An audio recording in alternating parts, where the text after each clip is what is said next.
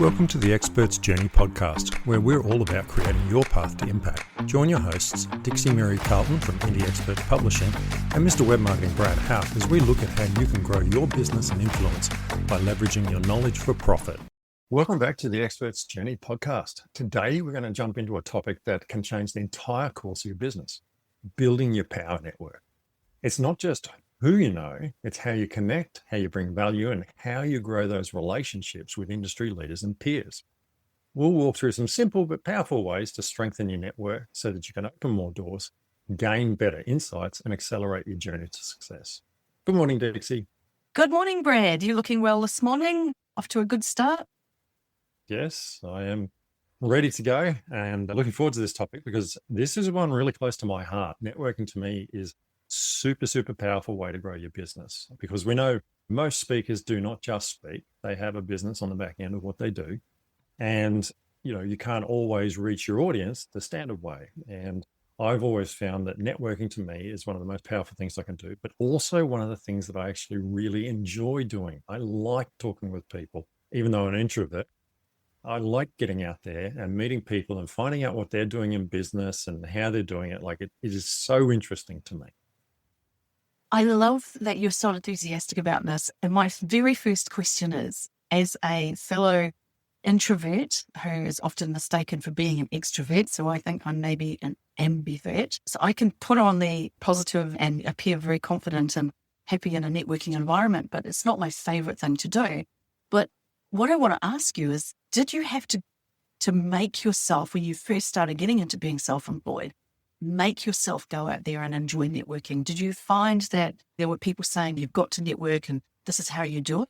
Or did you just naturally start to swing into networking and discover the joy of it? I think I fell into it. Someone invited me to a network meeting for a local business chamber of commerce. And I went along and I discovered, well, this is interesting. For me, people are interesting to me. They always are. And seeing people's business is absolutely fascinating. It's probably the best part of my job, is actually going to these businesses, and you see the wildest things. You meet someone at a network meeting and they say, "Oh, come and have a chat about what you do." And you go to the business. I went to one time where I went in there and it's just this little tilt slab frame office industrial area. You drive past it every day of the week. I went in there and they had this printing press in there that they built that printed on the fabric that they put around building sites. So, that green mesh. And it was the only one in Australia. They did all of the building sites in Australia. And it was like, so networking opens you up to these weird opportunities, but really fascinating to find out about. And I've just started networking again. COVID really decimated networking in a lot of ways. And networking online doesn't work as well, I don't find. And you've got to put yourself outside your comfort zone, trying to find good networks, because some are just like refer, and that's not necessarily the way I do business, so it doesn't work for me. Other ones are probably the wrong sort of client, so trying to find the right one. And then there's the whole hassle of actually leaving home. Yeah. For me, I find networking is really important, and certainly as a speaker, being involved with speaking organisations like Virtual Speakers Association International, Global Speakers, Professional Speakers Australia in my case, and going to those meetings. I enjoy the networking more than the meeting. The meeting itself is interesting, but for me, the talking to people, finding out what they've been doing, discussing topics, answering questions. Like answering questions for me is my big one. Helping people, that's why I go. Yeah, same. I think you get to a point where you find your tribe, where you find your favorite networking space. It's easy to keep going back there and just building on those friendships. And really, networking is about forging new relationships. How can I serve? How can I be part of this? Not, here's my business card, call me if you want something. And I think for people starting out with the concept of networking as a critical part of their business, that's the thing that we all need to get our heads around, is that it is about finding your tribe, finding the best ways to be part of that, and often giving back in some way, making sure that you're going in with curiosity, as you say, curiosity about the people, their businesses, what they're doing, things they're achieving, things that they need help with, and coming at it from the perspective of, how can I help you? How can I be of service? Makes all the networking a lot easier to do. Yeah. And I think a lot of people go into it, as you said, with the business cards, and that's not the way to grow a network. Way back when I went to some training that Lindsay Adams ran when he ran their referral network or whatever it was. That's And right. it was really interesting. Like they were talking about how to grow a referral network. And I really found that quite powerful. And one of the key things for me that I learned and just kept reapplying time and time again was this getting to know someone and outside of business, what they do, what their kids do, what sports they play. And I was in a network at that time. It was quite a big one here on the Gold Coast in Australia. And we would meet for lunch, and then you would have networking, have 2 meetings of 15 minutes each. And each time they'd try and put you with someone you hadn't met before. But, sometimes you couldn't do that depending on who was there. But over a year, I started to build these friendships that are still going today. There's still people I use for business, and they still come to me when they have issues.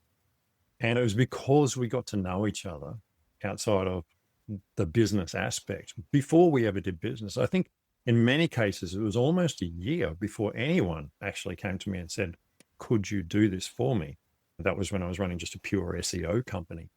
So there was a lot of trust to be built before businesses handed you their work, and especially here on the Gold Coast, because it has a history of fly-by-night businesses and also dodgy business as well. So people are quite tight with that. So I think going along and regularly getting to know people and really knowing them is where you build those connections. And then those connections can lead all over the place. You never know where they're going to go, because as a speaker, for example, you get to know someone, they know what you do. They might have seen you speak, and then they've got something coming up and they can't make it. So they refer you on to take their place or something, or they hear that someone needs a speaker for this topic. And then they go, actually, I know someone who can do that for you. Yeah. So it's not a case of doing it to get that. It's a case of when you build those connections, people will use that knowledge to help you when they see an opportunity to help you, because most people are inherently nice. You just touched on a couple of things. One is that whole concept of the structured networking meetings, where you go along to some of these places and someone is going to specifically put you in touch with other people, 15-minute get to know you meeting. And then from there, you can build on things like mastermind groups.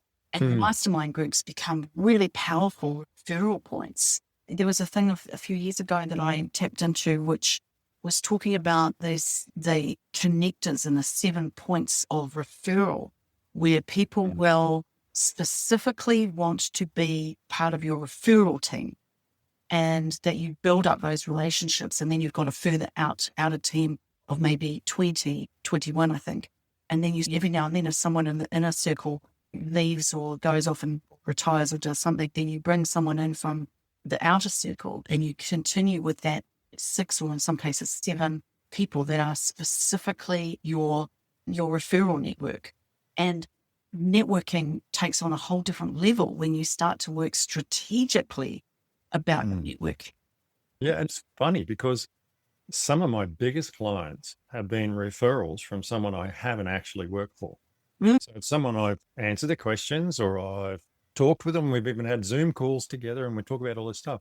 And then they'll be talking to someone who's got a problem. And they'll say, oh, look, give Brad a call because he might be able to help you. So we have a chat. Yeah. And I've had some really big contracts come that way, purely just because of the connection and the fact that I've helped people when they've needed it, and I haven't asked for any money, where some people would say, well, you should charge for that time. Yeah, maybe I should, but sometimes I like to help people. It's surprising how that connection can lead to other connections. Yes, absolutely. And, that comes into another thing where if you're going to be strategic about your networking, then you have to plan ahead with what you're going to be saying as part of your get to know you better.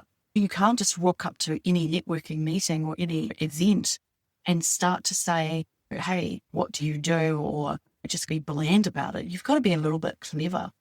One of the best network contacts I ever made, which has led to so many other relationships over the years in business, is sitting next to someone at it was a Patricia Frick Becker's training bootcamp day. And I happened to be sitting next to Keith Abraham, who we both know. And I didn't know who he was. I noted that he was incredibly well dressed and he was writing with a Mont Blanc pen. And I'm a bit of a pen freak. I collect pens. And I was able to comment on his pen and his penmanship with the note taking and the break. And that was an amazing way to start a conversation. Sometimes you've got to look for what is it that people do or say or use or something that you can be a little bit more stand out with, how you connect with them on that point.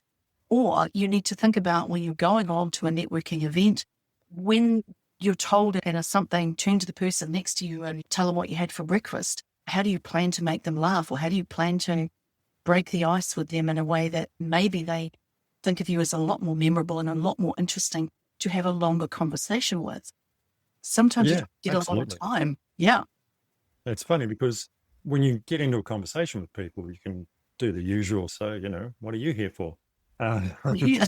Well, how long have you been in business? But Yeah. you're right. There's so many opportunities to ask better questions. Yes. And you don't necessarily have to have them planned. I find it's often the spontaneous questions, as you said, about the pen in this case, the fact that you had the pen in common is a great one because it's out of the ordinary and it's an easy way to start a conversation. Yeah. And for example, if you're speaking at a conference and you're at a hotel complex, you say, so have you tried the pool yet? Simple things like that, funnily enough, work really well. They don't have to be Yeah. complex thinking processes that, oh, if I try this, I'll try this and I'll try this. I know I've seen those systems of chatting before. Yeah. And I personally find that there's 1,000 things you can ask someone. And whether it's their shoes, their hat, their coat, their pen, whatever it is, there's so many little cues when you look at someone that you can use to start a conversation. There's another level to this kind of networking that I want to touch on, and that is sometimes you need to have specific people who are part of your business in a more direct way. For example, when I'm working with someone on their book, I'll suggest to them that they need to have a before, during, and after team. Who can they connect with? That might be legal, accounting, design, editing, a coach, all of the people that might be part of the project that you're working on. List those people and then go out there and see who in your network can specifically recommend those people to be part of your project team.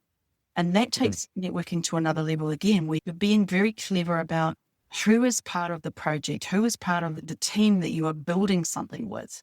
And that tells the people that you regularly network with that you are specifically wanting to get their involvement in the business that you are developing. How can you help me find a really good insurance broker or a mortgage broker or a travel agent? Look strategically for the people that you want to network with and then approach those people with a little bit of care about how you bring them in. And again, it's another form of networking. It's very strategic, but it's ensuring that you're going at that with big intentions to make it that you are doing business together in some way, manner, or form. And it may not be tomorrow, it may be 6 months from now, but that you are building your strategy team and who's part of your support, that referral Yeah. we're talking about. Yeah, I think like knowing what people do is really important. And you've also got building your team, but also there's the aspect of helping other people find their people. And so for me, like trying to connect people together is one of my favorite parts of networking because I'm quite comfortable in a networking room. It's weird like that. For some reason, I can stand in a room and I'll feel like I'm the only person in the room, and yet there's 100 people there. But once I see one person I know and go over and say hello, I can slip into this mode where I'm very comfortable. And as I get to meet people around the room, I start to connect people with other people. So if I'm talking to someone, they're saying, I've been, I say, oh, do you know Stephen over there? Stephen's a specialist in this area. Oh, no, I don't know that. Oh, and I'll call Stephen over and we'll connect. And I find that's a really powerful thing about networking is when you connect people together, they remember you connected them. So Yes. it also makes another little connection there. I had one the other night where I was talking to someone and then I caught up with a friend of mine who runs a stationery company. And they were saying, oh, while I'm here, I really want to talk to this particular group of people. And I said, well, I was actually just talking to one of them. Would you like me to introduce you? And it's kind of, oh, I don't know. I'm not sure. And I was like, I'll just walk over. Oh, do you really think they'd be interested? I'm like, this guy's been in business as long as I've been in business. I've known him for a Yeah. long time. I'm like, really? Yeah. So I just walked over and I said, hi. And she said, oh, you're back. And I said, yes. So I just was talking to my mate here and he was really interested in having a chat with you. And she said, oh, hi, and introduced herself. He introduced himself and I just backed out of the conversation. Yeah. And they both got what they needed. They were both going to help each other because she needed what he had. He needed what she had. And between them, it was actually a really good connection. But those things get remembered. When you need something, people are happy to help because they remember that you helped them and it costs nothing. It's a lot of fun to watch too. It is a lot of fun to watch. And it reminds me too of a fantastic book by Malcolm Gladwell called The Tipping Point. He wrote it about, 20 odd years ago now, a long time. But he talks a lot about the concept of influencers, mavens, and connectors. And there are some of us out there who are automatic connectors or influencers. And unfortunately, not everybody just gravitates towards being one of these people, but it certainly makes it valuable to identify who is a connector. Like I tell people, I love joining the dots. I'll connect up people here, there, and everywhere. In a past life, I was probably some old Russian matchmaker or something. I don't know. But the whole concept of being the connector means that people automatically think of you when they're thinking, I need to help someone find someone to find someone.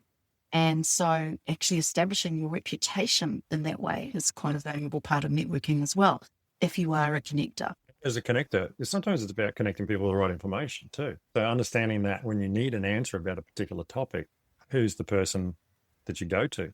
Because we all have our specialist areas, certainly as speakers and authors. And so, when you after a particular answer on a particular topic, like for example, if I'm after something to do with authoring, I would obviously talk to you because you're connected to that world and you can connect me to the right resources or the right people. And the same thing goes on from my side. If you're after a particular tool or you want to know what's going on in online marketing, I can connect you up to the latest information because I stay on top of that. So there's so many levels within levels when it comes to putting yourself together with the right people to build your network to help you grow your business and to grow yourself, of course. We talked a while ago on a previous episode about the importance of evaluating what works and what doesn't. And that's a big part of your marketing is to strategize the things that work for you and the things that don't. How important do you think networking is in terms of a strategic part of marketing and should potentially be even in your marketing plan? Do you think that's taking it too far? To me, to me, it's an essential part of my marketing plan. It's the only thing I know that really works because you're actually getting with real people. Everything else you're pushing out there and hoping someone sees it in a lot of ways. Whereas when you're in a room and you're standing in front of someone, it might take longer, but the effect is much deeper. Yeah. And so from my perspective, it is definitely part of my marketing plan. In fact, it's something that I just recently looked at. And after I went to the networking meeting the other week and went, okay, I need to do this because from that meeting, I set up a couple of conversations. I went and had coffee with people. And that's how I grew my first business to well over $1 million turnover a year. It was just the coffee meetings. And from that led to some clients and some referrals but people knew what I did and I had an understanding of what they did. That was really powerful. So from my perspective, it's definitely a big one for growing a business. Maybe not so much as far as speaking goes. I would say that because speaking does tend to be a different sort of referral network. You go from job to job or from group to group, depending on what sort of speaking you do. But from an actual back-end business side of things, I personally find it's a big one for me. Yeah.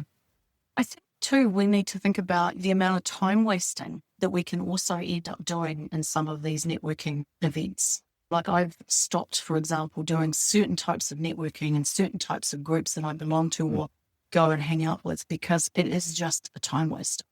And again, that comes back down to looking at what works and what doesn't. Chamber of Commerce, I'm never going to get business out of people at the Chamber of Commerce. Nice to go along and support your local business community. Hey, it's just a waste of my time.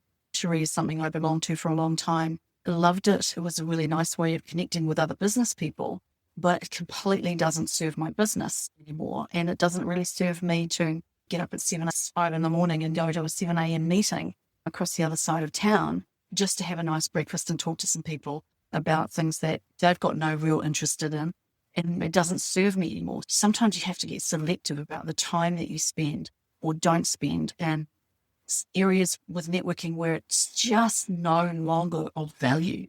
And it doesn't mean that you can't still go and catch up with some of those people and have a good chat sometimes, but actually attending the meetings, not so much. Yeah, I find that most people are in multiple networks. So if you're not in one of them, you're still going to catch up with them at the other. A great example of that is BNI, for example, which is a very famous networking group. I used to be friends with the founder of it in Australia. A great guy. And but for me, it didn't work. My business is not, I'm not seeing hundreds of people a week to get the referrals for other businesses. Yeah. So if I go along, I had nothing to give back. I had lots to give them, but nothing to give back. And so it was not a network for me. Never will be, never was. Whereas the lunch one that I used to go to was perfect. It was much slower, so to speak. It wasn't about referrals. It was about connections and long-term sort of growth. And so there was an entirely different way of doing it. And then I was a member of the Executive Connection, which has changed its name now. I don't know what it's called anymore.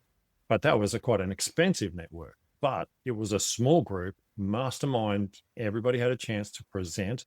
Then you got information back like you would with a mastermind group. But it was a much higher level of people. So rather than, say, being your small mechanics and things like that, it was someone who owns a car yard that owns 7 car yards. It was a different level of people. And so you entirely different advice and entirely different connections out of that. So you definitely got to pick what you want and how it works. Again, I've been a member of Professional Speakers Australia, which used to be NSAA, since 2009. And people say, why? I said, number one, it's my tribe. Okay. So it's my group of people. Number two, I enjoy being around the people. I have good friends there who I like to catch up with. And they are the only people to do what I do in this area. I can go to every other networking meeting. They will not understand what it means to be a professional speaker, let alone stand up and speak in front of people. Most people aren't comfortable in that. So sometimes you join networks for other reasons, not just business, as in referral. Sometimes it's about you. Yes, absolutely. So wrapping up, top 3 tips for getting into networking. I think first one is find out all the networks in your area and go to each one at least once and just see what it's like.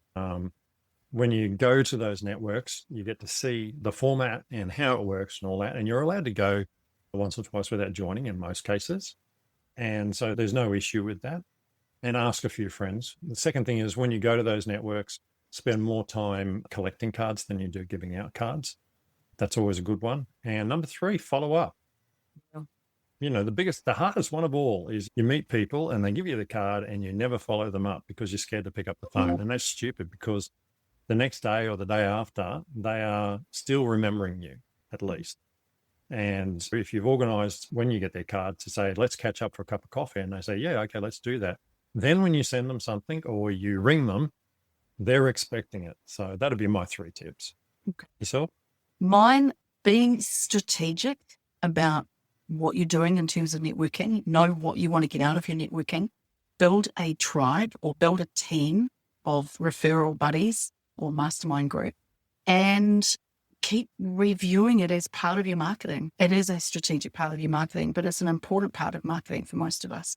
So keep reviewing it and building on it and have fun with it. Yeah. And look, sometimes these groups cost a lot of money, and it depends on how you look at it. For example, part of my business is working with speakers. So for me to go to the Global Speakers Conference to network with people there is worth the cost of going.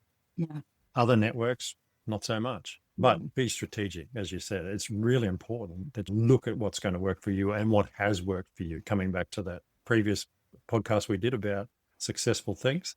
Yeah, you've really got to consider that. Otherwise, you're just wasting money and time that you could be using somewhere else. Fantastic. Another great discussion. Yes. So thanks for joining us on the Expert's Journey podcast. If you're ready to connect with the right people and accelerate your business, grab a copy of my book, AI Powered Profits, and don't forget to check out Dixie's book, Start with the Draft, How to Easily Plan and Write a Non-Fiction Book. It's packed with tools to help you share your expertise and make an impact.